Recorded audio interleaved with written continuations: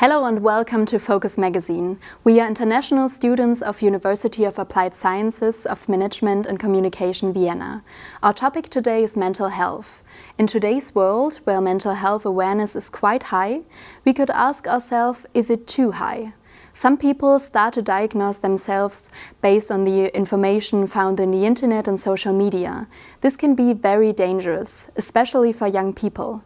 My colleague, Kitevan Banovi, has prepared a clip on this subject. Researchers consistently describe self-diagnosis as increasingly common in recent years, especially due to social media.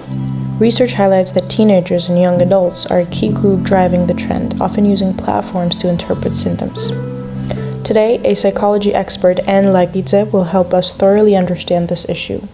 There is no advantage of self-diagnosis because it's not a self-diagnosis, it's kind of identifying emotions, behaviors that might be of your experience. Because what are you doing? You are labeling, you are naming your experiences. Yes, it can be called diagnosis, but not in medical or scientific sense. Anne does think that the self-diagnosis problem is mainly connected to the younger generation, but she also adds that this is still a problem of all ages. Everyone needs validation and explanation of their feelings. And what is very, very important and troubles me sometimes, it's that social media is built the way that it builds an algorithms. And as much as you are searching for something, it gives you more on that topic. And more your search, not in right pathway, let's say, more it misleads you. What I am seeing in practice, it's mostly ADHD, because we can't concentrate. It's depression, because we think that if we 2 days in a row don't want to go to party, we are depressed. Then it's autism. It's the same thing. If I have difficulties of communication and I don't fit into some group and I don't feel belonged there, so I should be an autistic or something like that. And the biggest one, I would say, is anxiety disorders. Life is stressful and you can be anxious, but anxiety disorder is a very different thing. Anne also talks about how the romanticization of suffering and mental health disorders can contribute to the situation.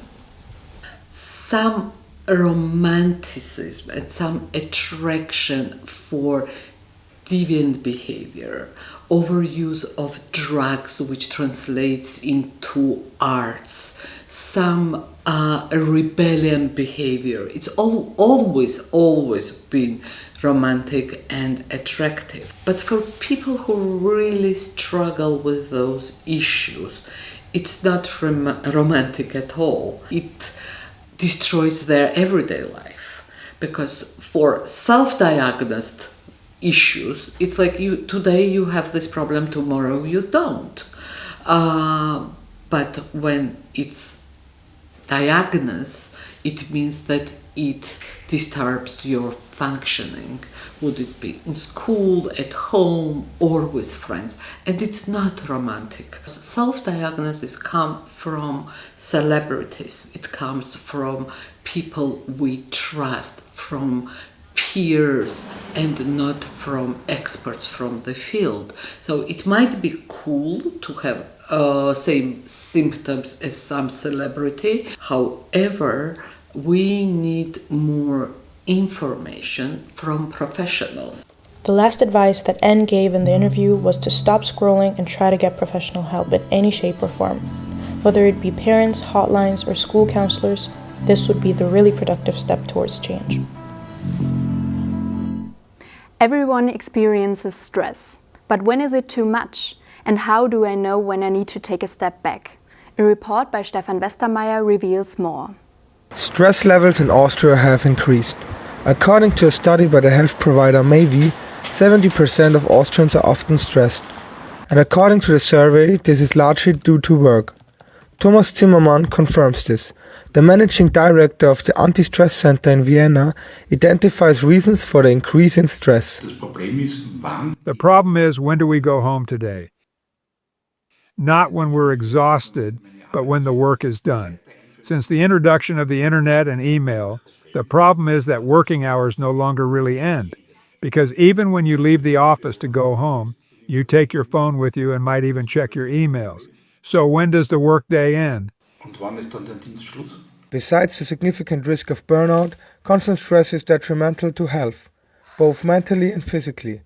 It is important to pay attention to the warning signs of stress. At some point, symptoms like headaches might appear, or I might not be as balanced anymore. I might react a bit more aggressively, or even trouble falling asleep. I can't fall asleep because thoughts about the project at work are tormenting me, or just as frequently, you regularly wake up between 3 and 4 a.m. and can't fall back asleep. You toss and turn, checking the alarm clock.